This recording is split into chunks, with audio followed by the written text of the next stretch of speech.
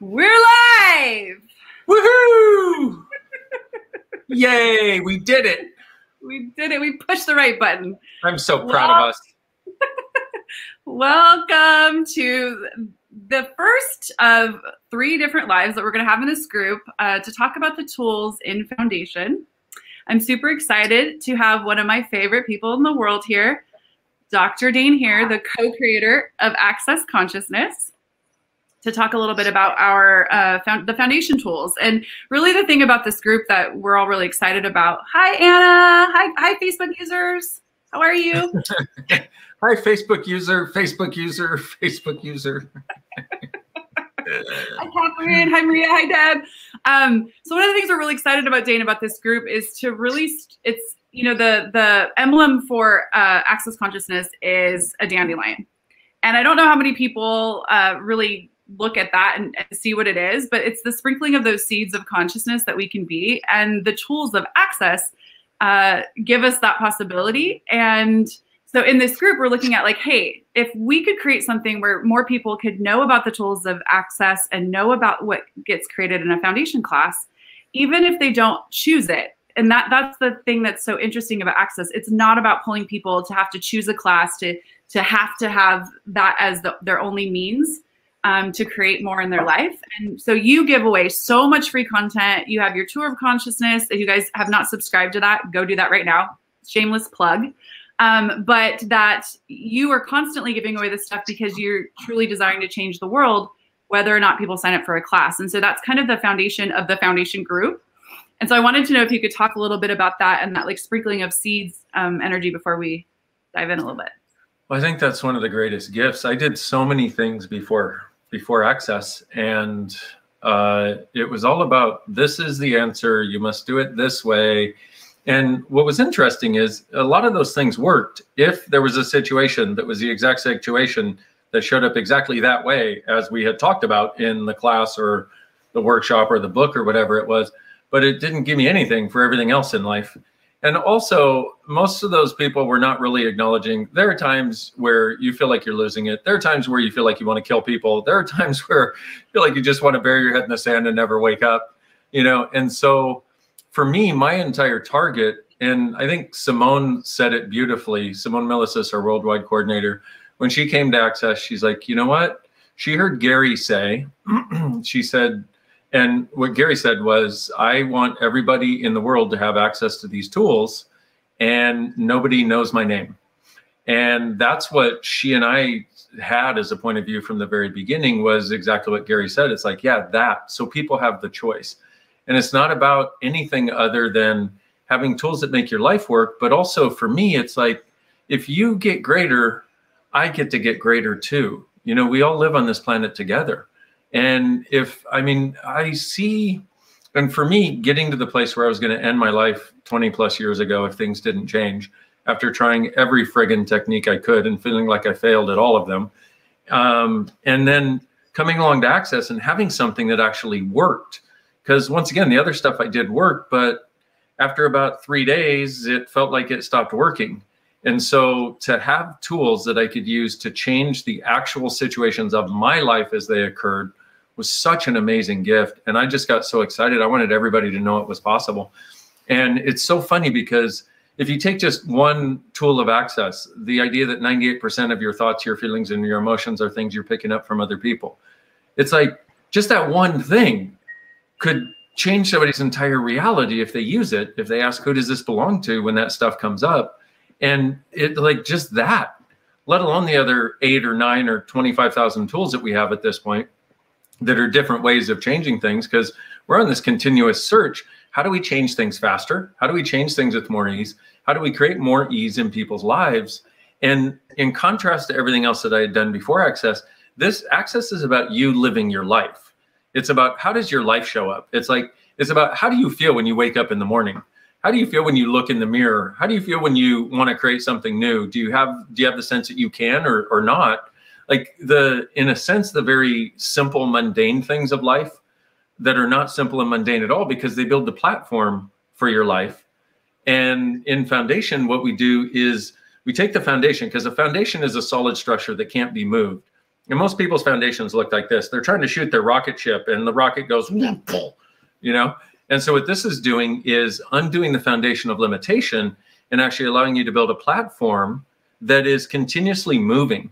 And the idea is, like in Venice, I don't know if you knew this, but when we heard this, it was like, oh, that makes so much sense. In Venice, what they do is they put these pylons into the seafloor and they stack them up, and then they put they stack them up like this, and they put a platform underneath it, and so it can move as the city moves. So you have all these buildings that anywhere, it's like they would withstand earthquakes and everything else. And the funny part is, if they did this in other areas, there would be this movement that was possible. And that's really what the tools give you. They allow you to move with the moment, but also they give you the awareness that each choice you make today is going to create a future tomorrow. Our life today is a sum total of the choices that we've made prior to today. And so what most people are doing is just trying to handle today and trying to deal with the crap from the past still. And so they feel like they have very little energy to put toward creating something different for the future. And what starts to happen, the more access people do, especially after the foundation, this big hole opens in the wall in front of them. And they're like, oh my God, there's this thing called future and I can start creating it. Oh, wow. And then life gets exciting. And that's the fun part for me, is to see people get enthused and excited to be alive again. I love that. Thank you. So I'm all giddy over here. So when you found Access, you didn't perceive a future anymore. You were like, the future you saw was, I'm out of here. Yep. And so can you talk about because I know when you talked about your experience with getting your bars run for the first time, you put sticky notes asking questions around so that you would remind yourself. Can you talk about when you started to actually perceive a future being possible, and what tools you were using to get there, and what that started to look like totally different from what was there just prior? Oh yeah, it was awesome. I literally went into that first session depressed and suicidal, and I had Shannon O'Hara run my bars, and within a few minutes of her putting her hands on my head, I started having this energy run through my body, and I was like, oh, this feels really good. And a few minutes later, I started giggling like a little kid. And I hadn't giggled in years. And I was just like, yeah. And an hour and 15 minutes later, I get up and I was like, wow. And I looked outside at the clouds and I was like, has it always been this beautiful here? If it is, I'm in. And I was ready to live in a totally different way. It's like it just changed something I didn't know was changeable. And so she gave me, she wrote down on this little yellow sticky note, who does this belong to? And she said, okay, 98% of your thoughts, feelings, and emotions aren't yours. And so you want to ask this whenever any thought, feeling, or emotion comes up. Well, I was on such a high. I was like, I mean, not even a high. It was more like I was in such a space of peace. I was like, yeah, whatever. Okay. But I was so spaced out that I barely remembered her saying this. And so I unload my stuff, unload my pockets when I get home that night. And I feel like I actually want to live for the first time. And I'm just loving every moment of this. Like just each thing. I would look at our furniture and go, oh, wow, that's so comfortable. And I would walk through the house and sun would be streaming through and I'd be like, oh, so beautiful. It was amazing. And so I woke up a few days later. And one of the things that used to occur for me was that I would lay in bed depressed and wanting to die because I had lost hope. And I would literally lay in bed and cry, and till such time as I had to go be a doctor, a chiropractor, and help other people with their lives, which is really weird because I wasn't able to help myself. And but this had gone away after bars, right? And a few days later, I woke up and it was all there again. And I was like, oh my God, are you kidding me? This one really, I thought it was going to work. Are you friggin' kidding? And so I am my girlfriend leaves for work. I'm laying in bed crying, just feeling dejected and hopeless. And I look over at my clock to see how much longer I've got to wallow in self-pity before I have to go act like a doctor. And I read these words on this little yellow sticky note that happened to be propped up right by my clock, even though I didn't put it there on purpose. I think, a fairy came in and, replaced it for me. And it said, yes, they do. Hello. Conscious fairies are everywhere. Hello. And I read these words, who does this belong to? And it went out of my head completely. And I was like, where did it go? What did I do? What just happened? And I looked over at that note in Shannon's handwriting, and it said, "Who does this belong to?" And I was like, are you kidding me? You mean that? All of that crap the entire time of living with this and it wasn't mine? Are you kidding me? And at that point also, that was one of the demands that I made. I'm like, people need to know this shit. People need to know this exists. People need this, because if they don't have that, they're spending their entire lives trying to handle crap that isn't theirs.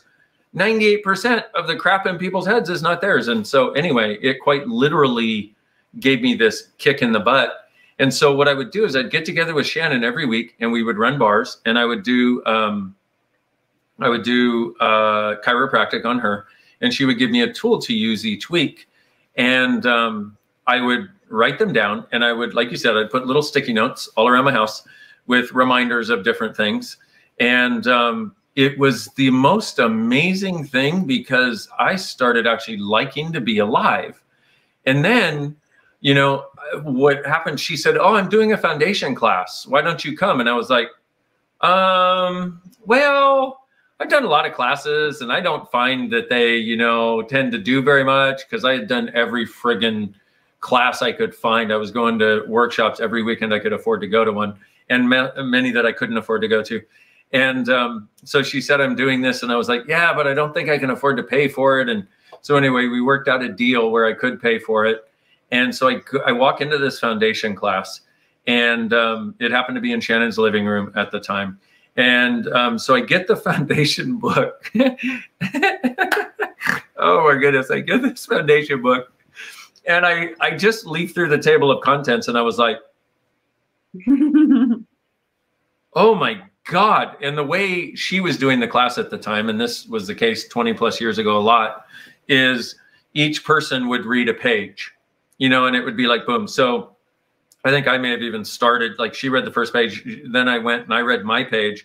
And after I read my page, I started reading all the pages, you know, and I was like, oh my God, somebody put in words everything I've always known that I didn't know that I knew, that I know the world needs to know. Oh my God.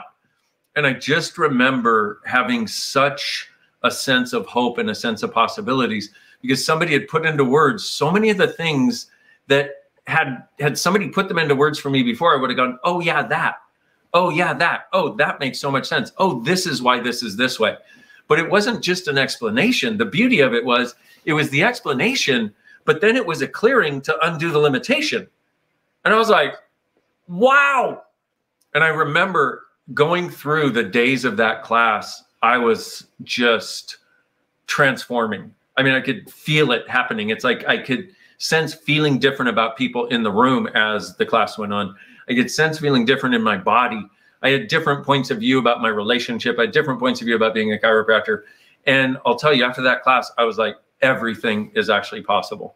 And I didn't, it's kind of like when I got my bars run the first time. I don't know how to explain that to anybody other than tell them I wanted to die and I came out with a sense of gratitude for being alive. But it's so much deeper and wider than that, because it didn't just affect that level. It affected everything. It affected every way that I walked through the world with everything I touched, from food to my judgments of me for not being spiritual or conscious enough, to the way I was able to interact with my patients, to the way I interacted with my family. And what it did was it gave it all more space. And the other thing was, it was filled with all these different tools and ways of handling particular things that nobody else had a way to handle, that because Gary had been doing all this work of asking the question of, what is this? What do I do with it? Can I change it? How do I change it? And then working with himself or other people on it, he found ways of changing so many of the things that were people's problems.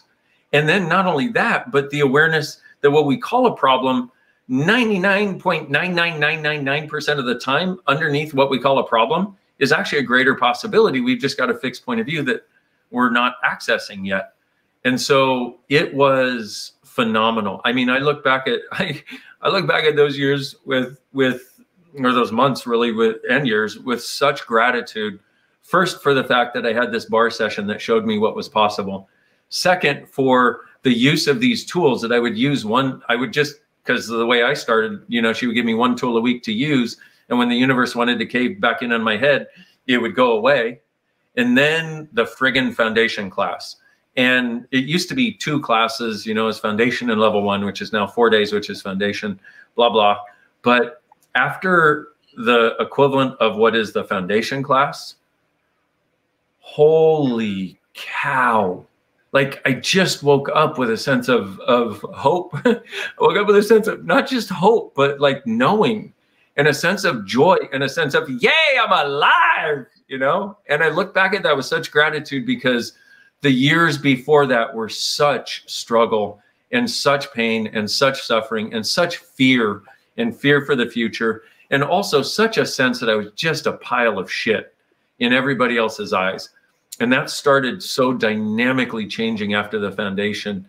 And that was another thing, because I see so many people who are feeling less than, and feeling like they have no value, and knowing that it should be different, having a sense it is different, but they can't seem to get there. And that was another reason I wanted to bring these tools to the world, so at least people have choice. And then the other thing is, like somebody said there, you see the world with different goggles, knowing everything is possible. Exactly. And it's like the X-ray goggles of how the universe really works, you know?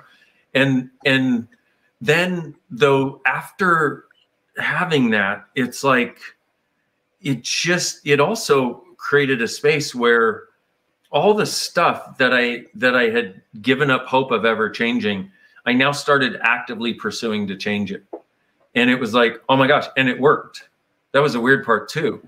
And some things, I mean, it took me years to change, because I had them so deeply ingrained. They would change a little bit, and then it feel like it would come back and it was there again. And then, but for the most part, I would say, felt to me at that time, like, I don't know, 10,000% of my life had changed.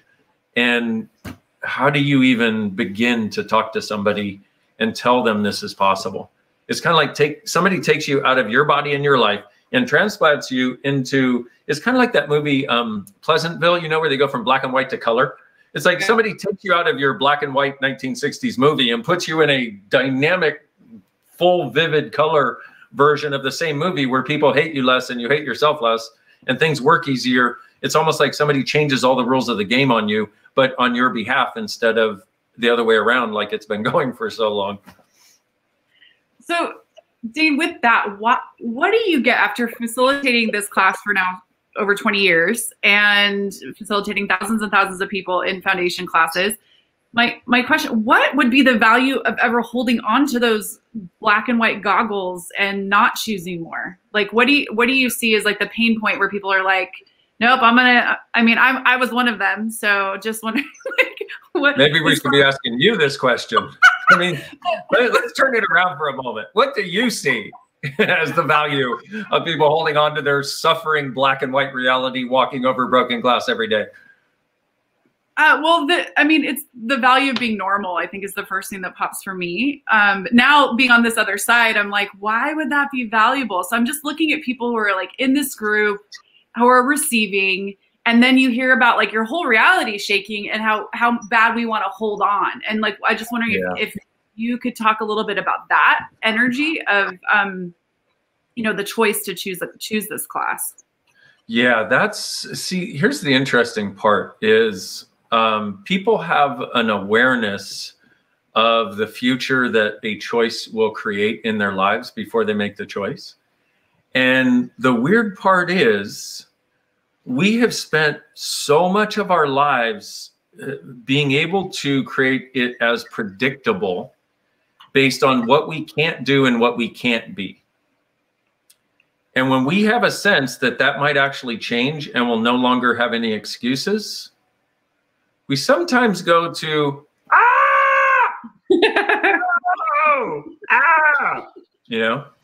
or at the very least, we'll make it difficult enough for ourselves to get there, to prove that it really was worth it, to prove that we have done the work. And so, like you said, a huge amount of that is the desire to maintain normal, or to maintain the life that you've had. And most people, although it's changing is what I'm saying, But a lot of people would rather maintain the life of suffering they know than step into the life of possibilities that they don't yet know. Because they know, I've been here, I've done this, I know I can handle this. I don't like it at all. I hate waking up in the morning, but I know I can do this life. But if you were like, okay, well, here you go, here's a totally different life, they're like, I don't know that I could do that.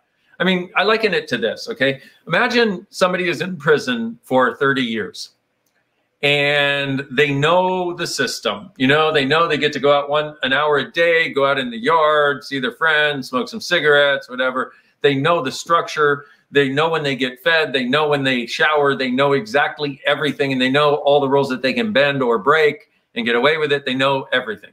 Imagine 30 years, okay? Although I wouldn't want to enforce that on anybody, but imagine 30 years. And then what happens, let's say you get set free from your little prison that's quite literally like a prison, which is the way most people create their lives. So they're small enough to be controllable. And they know once I get out of prison, oh shit, it's up to me now. But what they don't realize is, so that would indicate the resistance. Sorry, my ADHD is taking over as it usually does. But that is one of the indications of why do people resist so much, because they would rather have the prison they know than the open meadow of possibilities that they haven't yet walked and believe they don't know. And so there's sometimes this major putting on the brakes. And yet every time when you leap, you are rewarded so dynamically beyond your wildest imaginations. And that's really when life starts taking off. But each of us has to make that choice for ourselves. And I say again, it's so valuable to have the same connections with the same people, because all of your relationships are based on who you have made yourself out to be. And so people are connected to you based on that. And you think you'll lose your connection to other people. You think you'll lose your predictable future. You think you'll lose your rights and wrongs, your goods and bads that you had before that allowed you to know how to navigate your life without having to be present in your life. And you know what this is going to require. If you get over all of those judgment things as the way to run your life, you know you're going to have to actually be present and choose. Do I go here or do I go here? And you realize what you're going to have to do is get off of the autopilot that you've been using to run your life, that has run your life into the ground, okay? And actually be there present for the possibility pilot called you. And so you have to actually take the reins. And that can seem terrifying, and I totally get that. It can definitely seem terrifying. But I'll tell you, it's the most exciting, enthusing thing in the world. And it's what makes it so you start enjoying your life and enjoying living again. But you can also see why somebody who gets out of prison after 30 years, usually within weeks to months, they're back in prison. Why? Is it because they want to be such a criminal? For some of them, but for most of them, it's because they want their structure back. So everything that brought up for everybody who wanted their structure back and went backwards to find your structure, but you're still looking for it, but it's not there anymore. Oh shit. Will you just run and create it all, please? Right, yes. Wrong, good and bad, pot and pock, all nine shorts, boys and beyonds. It's interesting because you talked about all the things that people think we'll lose, but how many of us are not willing to look at what we might gain and receive? Yeah. And so can you talk a little bit about that and what even your own story, like what you started to perceive? I know we already talked a little bit about that, but like the magic of you, the possibilities, the things that start to show up when you just change a point of view, like that kind of stuff that is not what you lose. You know what I mean? Because we go to like the worst case scenario. You know, I'll lose everybody in my life, so I'm not changing. But what if you gained way more? And you always do. I'm just going to say you always do. One more time, you always do. And I'm not the type to make promises, okay? That's not a promise. That's an acknowledgement. That's how it works. When you get more conscious, you always get more possibilities. And sometimes your fixed points of view get like places where you haven't been willing to see what's going on or what's possible. They show up in your face and it's like, oh, ow, it hurts to see how limited this person is. But in actuality, it's a great gift because they were that limited before you got the awareness. Now you can deal with it. Now you know at least what's going on. And that is a place of awesomeness. And so it's like for me, I had a similar thing. It was like I was using money as a way of avoiding the class. You know, now that we're having this conversation, I can get to what it actually was, because I haven't looked at it for a long time. But I was using money as my reason and justification for avoiding the class. But in actuality, I perceived the future that it would create. And I was like, I'm going to just hold off on that for a little bit. I could wait till next week, or maybe next month, or maybe, I don't know, 6 or 7 years from now. I'm feeling good with bars and these tools, you know. And I'm so glad that Shannon was like, but you're the only one, Dain. You're the only one that ever found bars and then just said, I've had enough. That's enough possibility. Exactly. That's it. And here's the funny part, though. When we do that, it looks so real to us. Whatever that reason and justification is we have for not moving on, it looks so real. And one of the things certain people will do is they'll judge something. They'll judge their facilitator. They'll judge bars. They'll judge access. They'll, you know, go, oh my God, this person says access is a cult, so I can't do this anymore. And you're like, but they find whatever information they require to make the choice they truly desire to make. And so they'll find things that look real as judgments and whatever, but in actuality, that is an outward manifestation of your inward resistance that gives you the reason and justification to not be as free as you can be.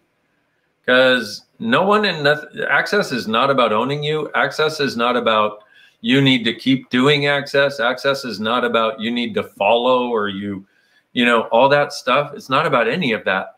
So in this case with access, it's like, follow your knowing. Know when it's right for you, know when it's not. But don't let the lies of the judgment monsters of your life, even if they're you, get in the way of the possibility monsters of your life called you and the choices they can make, So it's like, if you can just call a spade and go, oh, wow, you know what? I'm inventing all kinds of points of view so I don't have to step into the unknown. And we all do it. We've all done it. I've done it. You'll do it. Okay, fine.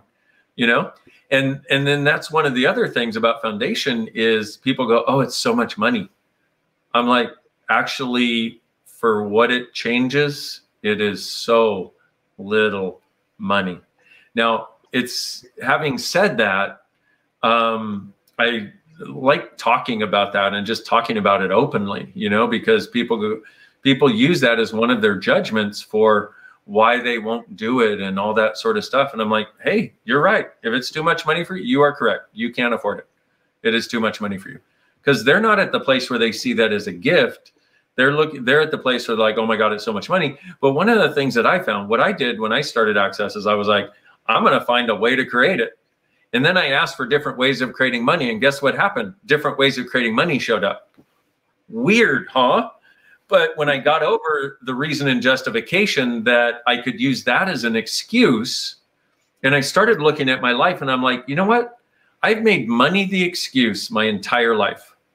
And I did. I mean, our family did that all the time. I can't do that. I can't buy this for you. I don't have the money. And yet a week later, they would buy something for themselves. It was 20 times more expensive. But it was always an excuse to not have to do what they didn't want to do. And most people use money, time, or illness as a reason and justification for not doing something. My point of view is, it's like, if you're having any excuse, you just want to ask, okay, what will my life be like in 5 years if I do this and get the sense of it? And what will my life be like if I don't and get the sense of that? And go for the one that's lighter. And even if you can't do it right now, let's say you're like, well, I don't have the time or I don't have the money. Like, you literally don't. It's not an excuse. Just go, okay, what's it going to take? Dear universe, I would like to do this. What's it going to take? Show me the money. Show me the time. Show me the ease of doing this. And if you ask, you will receive. And so I brought up that because when we make the excuse for not moving forward, it looks like it is so real to us, but also it feels really intense. And a lot of times we feel like we need to defend it. So for example, if somebody's thinking about foundation, or they tell somebody they're going to do it, and whatever, they sign up for, the global foundation or whatever it is, or blah, blah. And then they go, oh, and all this stuff comes up and they go, well, no, I'm not going to do it. If it's just your choice, you go, okay, I'm not going to do it. It's lighter for you. It's lighter for everybody. Cool, no problem. But when it's something that you're inventing to stop yourself from moving forward, you'll say it with a weird energy. It'll be taken with a weird energy. And then you'll be like, why don't I, what, you don't want me to choose? What, are you trying to get my money? What are you doing? You know, you'll defend and you have to fight against. We only defend and fight against points of view that are not actually true for us, which is like, what? And that's another thing that you get out of the foundation class. Meme. And so it's just kind of like, oh, I see. But even if you go through this experience and you dissect that, it's this amazing awareness of how we'll make things real as a way of keeping our life predictable and a way of maintaining the reality that we had before, so we don't have to change it while saying that we desire to change it, so we can look good because we say we want to change it, and we can also feel good because we're not actually changing it, so we can maintain this control over life that we have been using, as though the only way to not suffer is to control your life. And that's one of the big things that starts to go away with foundation, because most people believe, because we live in a world where so many people experience suffering, so many people inflict suffering on other people. Wonderful place to live, you know, except the plants and animals don't do that to each other. An animal, if it's going to inflict something, is like, I need to eat you now, so bye-bye. You know, it's like, hey, over and done with. And the animal goes, hey, that's fine, you need food, you can use my body, I'm gonna go get another one, you know? But here we have so many people inflicting suffering on us that we think that the only way to avoid it is to control. And also out there in the world, so many people are trying to control our choices that we feel like the only way to prove we have choice is to resist them controlling our choices. The difference is, in Access, we're not trying to control your choice. We just want you to have choice. Even if the choice is, no, I'm not doing this class, or no, I'm not going to do this. Awesome. As long as it's your choice, you know, not your attempt to control so you don't have more choice. And by the way, I just want to point this out. This should be every Access facilitator's point of view. And if it's not, then that's a conversation we need to have, because people, well, we have it with our facilitators, okay? But I just want to say that is Access's point of view. And so if somebody else is doing something different, trying to make you do something or make you feel guilty for not doing something, that's not Access. And that's not something that we're supporting at all. So blah, blah. I'm so glad you brought up money, because that was one of the things that was in my awareness to talk about, because it's kind of the like pink elephant in the room where people don't choose from. But then we're here talking about all the tools, but then not talking about that thing. And one of the things that I would love to share with everybody today is recently the Being Certified Facilitators came together to gift one of my really good friends a bicycle for her son. And it was $2,000. And when I told her that this had happened, the explosion in her world was beyond what follow me for just a second, beyond what I thought $2,000 was going to create. But then I went back to where $2,000 just a few years ago to me felt like the highest mountain I could have possibly, like $500 felt like how the hell would I ever choose or do that? And so to acknowledge in that moment of gifting somebody something, the change that I've had, that $2,000 doesn't make me feel like, you know, I'm gonna, in just a few short years. I just wanted to like put that as a possibility out there for people to know that like those things that you're avoiding actually do change, and they can change rather quickly in like a situation like this. So I am. Well, I'm really grateful that you brought up that and brought up the thing about money, because the money, more than almost anything else, like if somebody's got relationship stuff, they can look at somebody who's changed their relationship stuff and go, oh, I could probably change that. Or body stuff or whatever, anything other than money. And you and I tell people, look, I literally did not have the money to pay rent before Access. And I didn't have the money to pay rent on my second office, which was tiny and cheap, and my apartment that I was splitting with my girlfriend. And when I was in chiropractic school, I was living on student loans and went into the hole month after month after month. had to borrow money from my mom, who also had no money. But my sweet mom, was willing to put $1,000 on her credit card, and that got me through. And then I needed it again, and it got me through. And I asked a third time, and she's like, I'm so happy to do this for you, but I don't have any more credit cards or limits anywhere. This is all I can do for you. So when you talk about that, like the $2,000 being something where you're like, oh, and $500 would have felt like $1 million a few years ago. I had the same thing.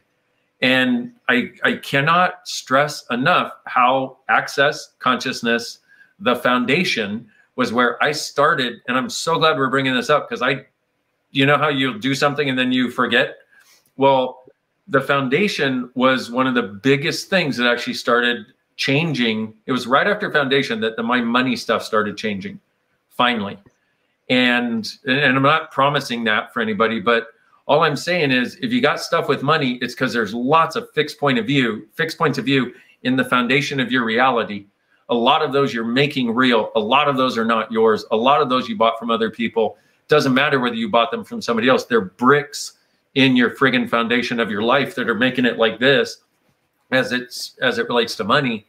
And so there is a different reality available that you can have also. And it's not just some formula like everybody else tells you, oh, do my money formula. It's not that. It's about what every change in access is. It occurs from your being shining forth and undoing all that stuff that isn't you truly being you. So when you get a change from access, it's yours because it's you being you. And so the money thing is one of the biggest stresses for so many people, especially now.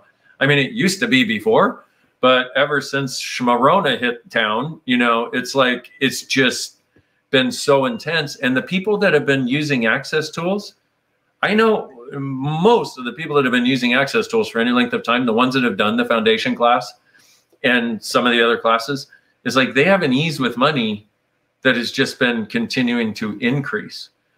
And one of the other things I have to say is the foundation class really is what it says. It is the foundation of limitation breaking so the platform of possibilities can exist. And as you know, I do a ton of interviews, all kinds of places around the world, and usually the interview is, if it's a TV or something, it's 4 minutes. Here, blah, blah, blah, blah, blah, just so they can have something to fill the space. And, oh, thank you so much. And I'm like, are you kidding me? Because I want their world to change. But you can't give enough in that time, except maybe inspire somebody to know. On a podcast or something, it's like an hour, but I still can't get into 99% of what I want to talk about. And what I realized the other day was I was getting frustrated with doing interviews, and I was getting frustrated with articles and all this sort of stuff, because all kinds of people are like, oh, we want to talk to you about World Happiness Day. And I'm like, I would love to, but what people really need is a friggin' foundation class. That's where the change begins. That's where the change explodes. Everything else, the change begins. But there's a certain thing where, it's like that rocket booster that is the one that doesn't just take you off the platform, but actually sends you past the Earth's orbit. The orbit of your old Earth of limitation, the foundation is what does that. And then, as you know, we have a ton of stuff after that. But without the foundation, none of that like continuous state of ease in your life is possible. And there's so many people who do the bars class and love it and then never go on. And I'm always amazed, because as soon as I had my bars run and we didn't have the bars class then, it was part of foundation.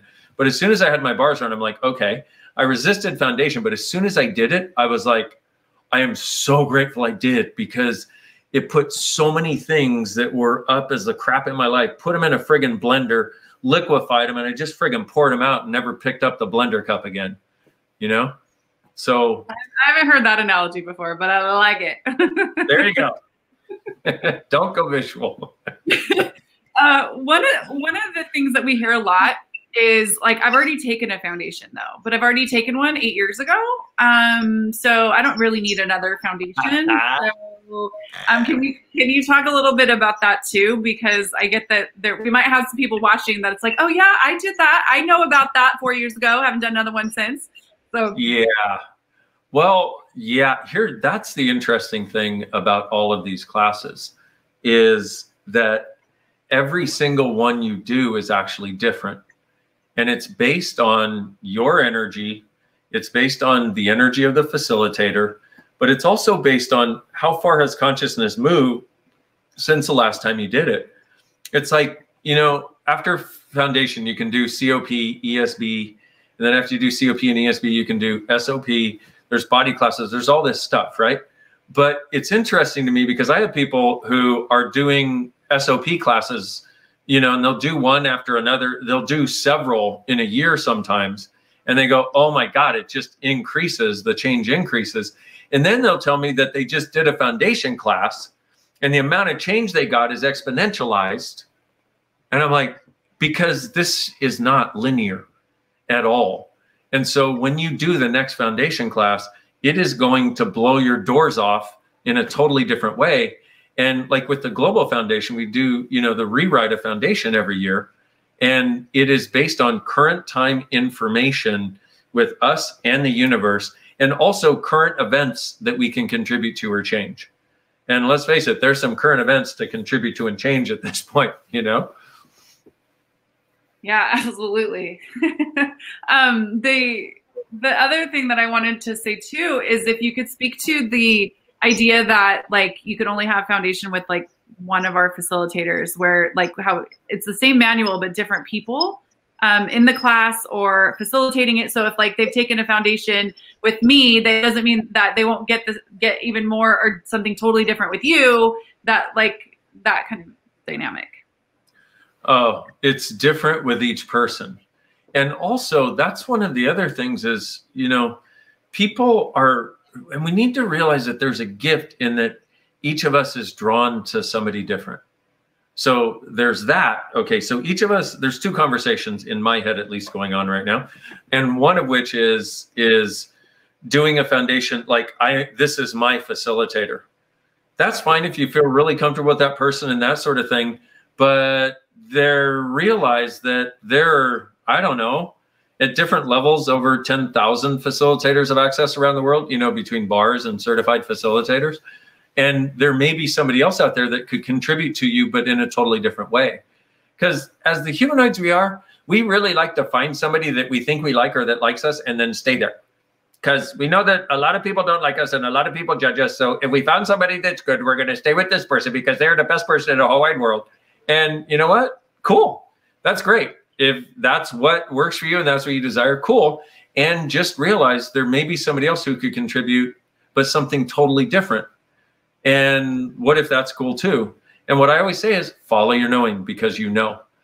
And so people will do what they do. And here's the weird part is sometimes people will do the same thing over and over and over and over and over. And then one day they're like, why have I been doing just that for so long? What else can I do?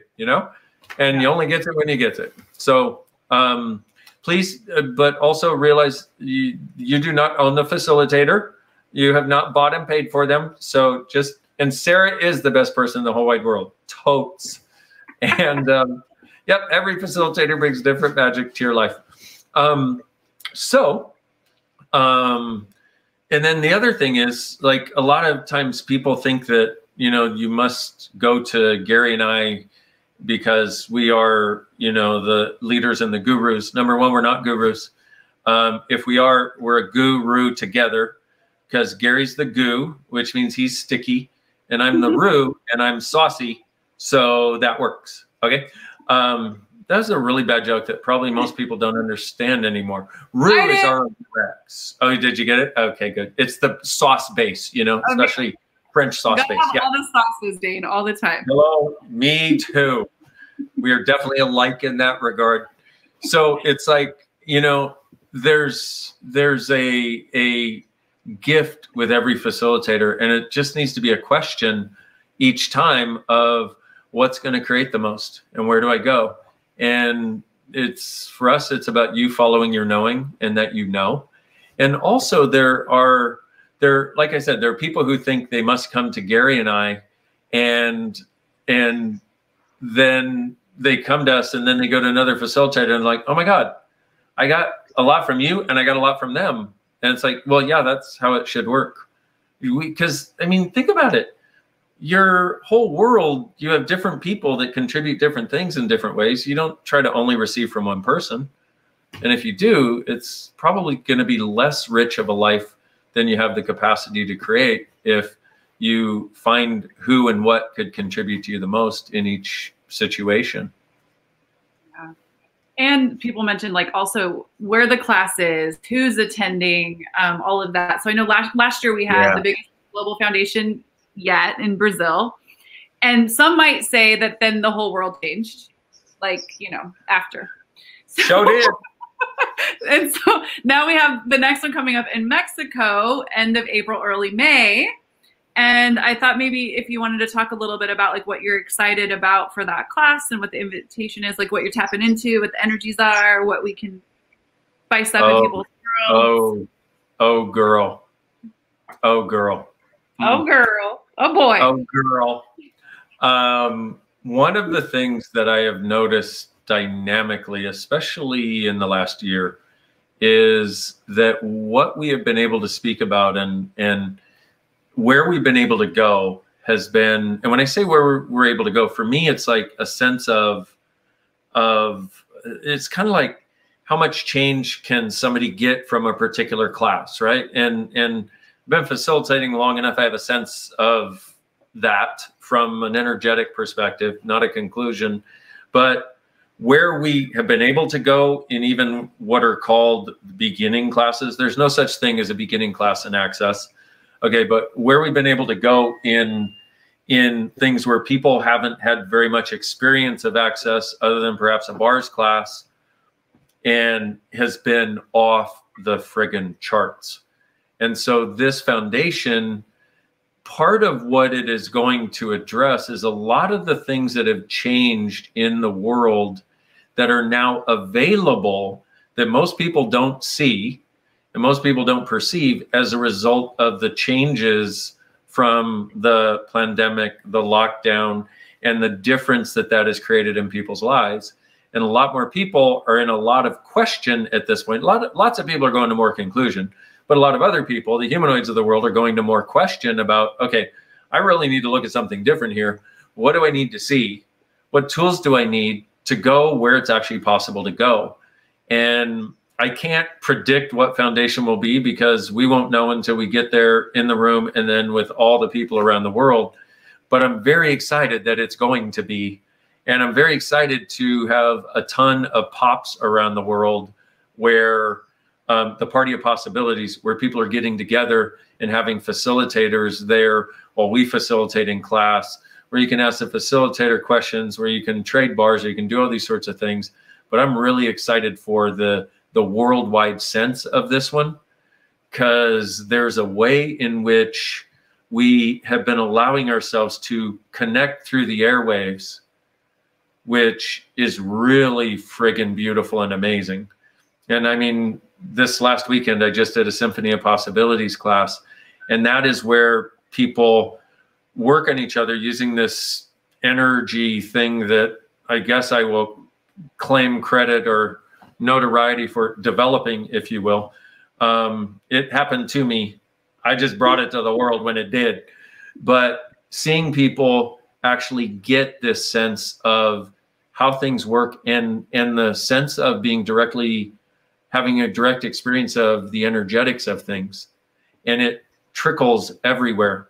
So it's like what I'm seeing is what people used to get out of an SOP or a COP or an ESP or whatever, they start getting that in foundation. Did you freeze or did I freeze? Okay, good. You went, and I was like, oh no. I'm here.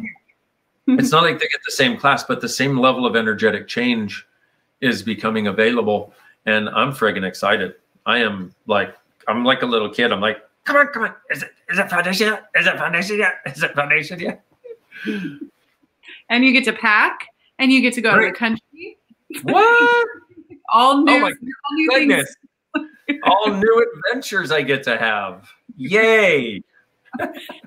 And everyone is invited. You just need a bars class first. And if you if you can't get to one live, there are some in the Access shop as well that you can purchase. I know Brendan's bars class is there, and I don't know if Simone's one will be up there, but that's also possible. So before we go, because I know you're a live making machine today. If you guys want to catch Dain going live again at in the top of this hour, I think it is, right? Yes. Okay, the top of this hour, you can find him on his business page or his YouTube page. The top of this hour means 40 minutes from now, right? Yes, that's what that means. Okay, yeah, that. Yeah. Hey, what do I know? I'm, So, is there one thing you want to leave us with in regards to anybody who's still, even after listening to this, like still kind of on the fence, wondering, I don't know if this is for me. I don't know if I can, whatever that is, whatever that choice is there one thing that you can leave us with? And then. Boy, I totally get that. I totally understand that point of view because I used to have it too. I used to be sitting on the fence. Actually, I was sitting on the fence in a lot of my life.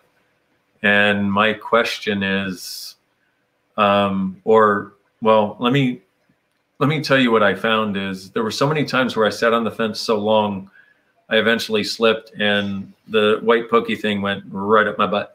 So not in a good way. So the thing is that any choice that you make creates a future. Any choice creates a future. The question is, what is the choice you're making and what future will it create? And also, we can't blame anybody else for the choices that we make. And a lot of us have tried. But once we get over that, we truly start to become the adult of our lives and the one who can then can navigate reality differently. So please know that if there's something you've been stressing out about or something you're trying to avoid, it's okay. We've all done it. I just want you to know, no matter what choice you make, you are not wrong. No matter what choice you make, you are not right. And no matter what choice you make, you are not alone. And we will do our best to be here for you and contribute to you in whatever way we can, to know that you have choice and to know that there are other people who are choosing and have, in a certain sense, can help you by paving the way to make it easier. So, and the other thing is, for any of these choices you have to make, just ask, or any of the choices you might like to make. What will my life be like, not look like? What will my life be like in 5 years if I choose this and get the sense of the way it will be, more space or less? And what will my life be like if I don't choose this? Get the sense of the way it would be, more space or less.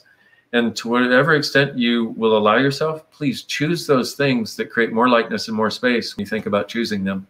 And that is what will get created in your life. And I got to tell you, the journey ahead is friggin' awesome.